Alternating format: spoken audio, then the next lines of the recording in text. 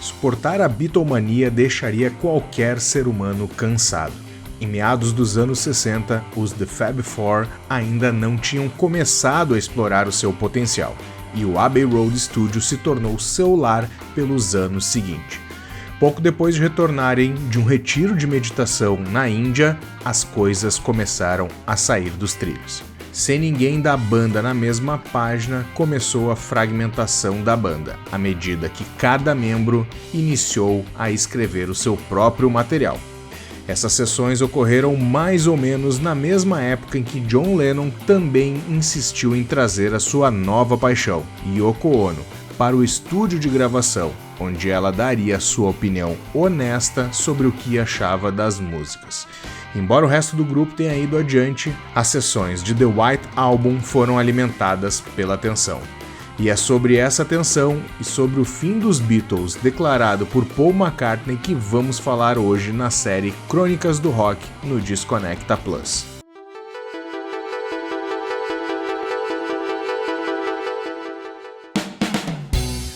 Como Lennon, Paul McCartney e George Harrison estavam se tornando compositores por conta própria, cada faixa do disco era praticamente 4 Beatles fazendo um álbum com seu material solo, usando o resto dos membros como meros músicos de estúdio.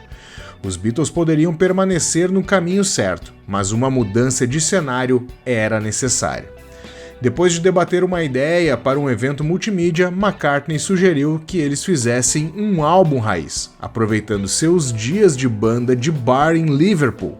Quando chegaram ao Twickenham Film Studios, tudo desmoronou novamente, incluindo Harrison, que saiu de uma sessão e deixou os Beatles por algumas semanas, enquanto eles se reagrupavam. Embora eles tenham se reconciliado, ficou claro que a ideia de um disco buscando as raízes da banda não funcionaria. Com alguns registros de estúdios guardados anos antes de serem incluídos no álbum Let It Be e reunindo-se novamente, Abbey Road tornou-se um trabalho de amor para a banda e um prazer para os fãs, fazendo um disco épico para encerrar a sua carreira. Pelo menos foi nisso que se transformou. O plano original era que os Beatles fizessem uma pausa em tudo, mas as feias negociações comerciais entre Allen Klein e McCartney começaram a surgir. Embora McCartney quisesse negociar com seu sogro, Lee Eastman, o conflito entre ele e o resto dos membros criou uma divisão clara quando a banda escolheu Klein. Enquanto isso, McCartney trabalhava arduamente para fazer a sua música, pensando que toda a questão comercial era apenas um problema minúsculo. Essas músicas se transformaram em seu primeiro álbum solo, McCartney. O álbum é composto por diversas músicas demo, bem como uma de suas primeiras obras solo, Maybe I'm Amazed.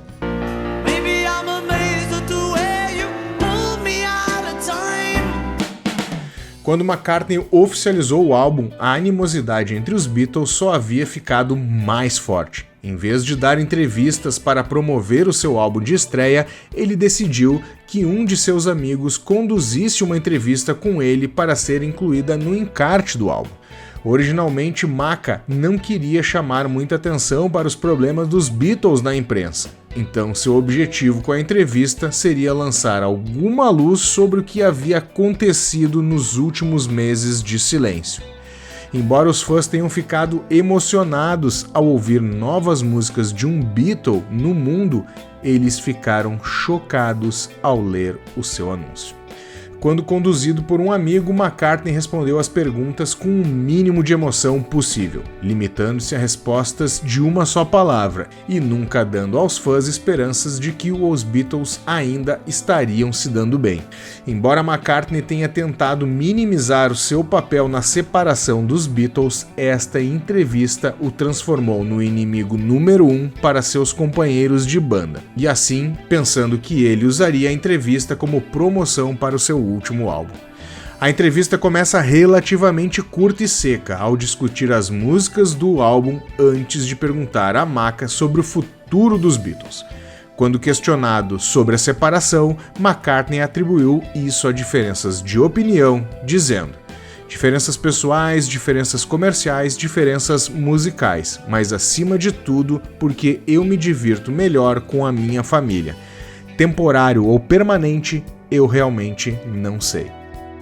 Quando questionado se ele via um momento em que Lennon e McCartney escreveriam juntos novamente, McCartney causou todos os danos ao dizer uma palavra: não.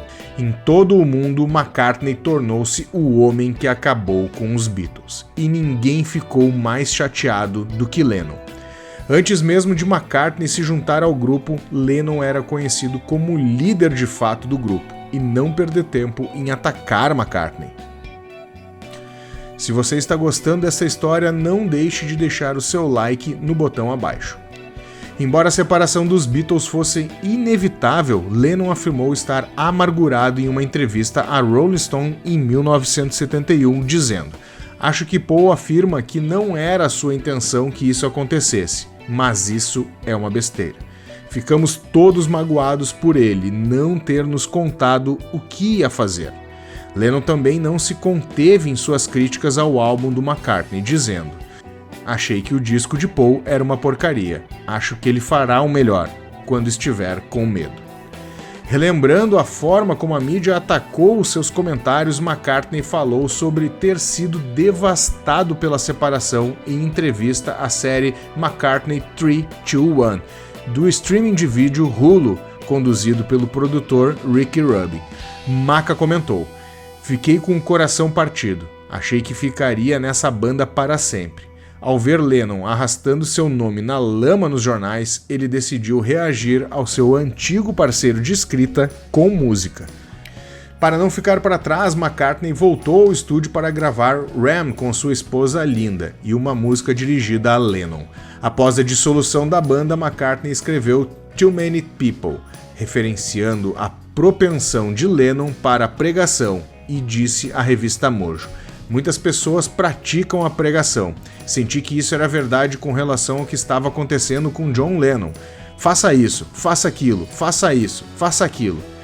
Depois de ouvir as falas de McCartney, Lennon em seu álbum seguinte, Imagine, apresentou uma música com foco diretamente nele. Em How Do You Sleep, Lennon é cruel com seu ex-parceiro de composição, trazendo Harrison para tocar slide guitar enquanto afirma que McCartney não importava mais e precisava seguir em frente com a sua vida. Quando a poeira baixou, Lennon e McCartney tentaram consertar as coisas, com McCartney escrevendo uma canção de desculpas, Dear Friend, e Lennon falando sobre o álbum de seu ex-companheiro de banda ao The Atlantic. Acho que isso provavelmente vai assustá-lo e fazê-lo fazer algo decente, e então ele vai me assustar para que eu faça algo decente, algo assim.